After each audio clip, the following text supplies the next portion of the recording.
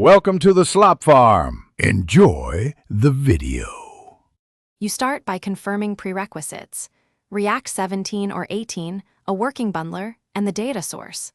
First, wire a basic input component and state using useState. This creates the controlled input you need.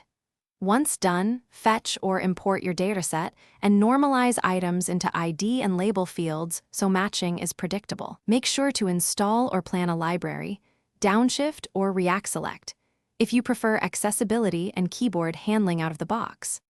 Next, implement live matching and user experience details.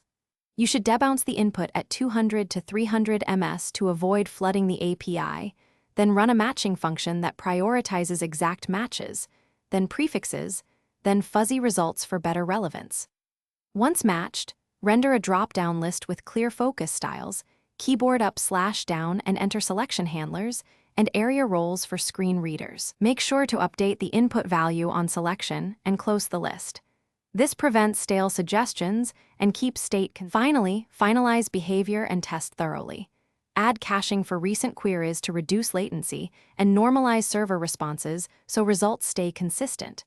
You should write unit tests for matching logic and integration tests for keyboard navigation and empty state flows. Once done, test on different devices and screen readers to verify accessibility. If things go wrong, check the console and network.